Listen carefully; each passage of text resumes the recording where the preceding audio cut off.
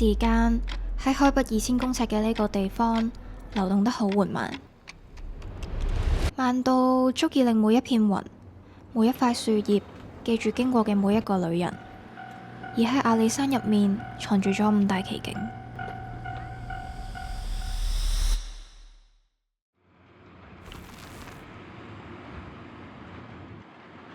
鐵軌貫穿咗阿里山嘅大部分區域，而鐵路就成為咗阿里山嘅脈搏。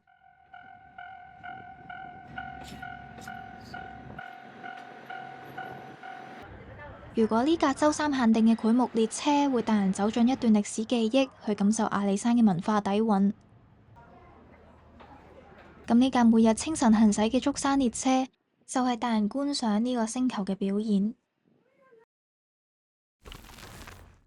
光會刺穿黑夜，為天空嘅畫布染上顏料。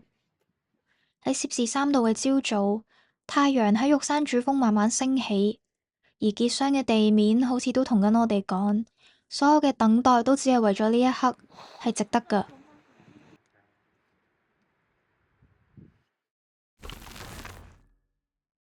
當雲霧匯聚成海，山巒變成為咗孤島。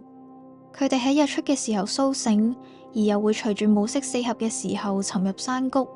所以有人話呢度嘅雲係有生命㗎。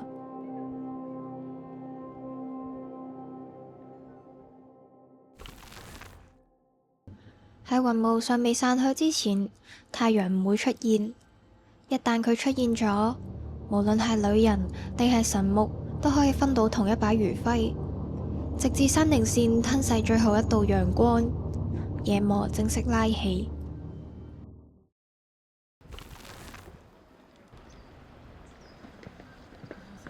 呢度係我同大自然嘅連結。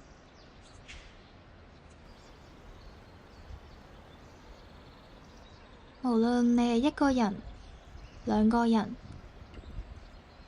亦或係一班人，喺呢座森林入面，可以感受到純粹嘅寧靜。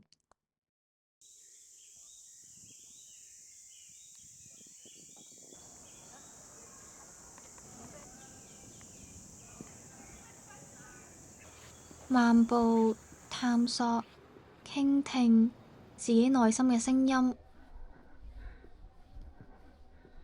當我走咗入呢片森林，先發現迷路先係最好嘅導航。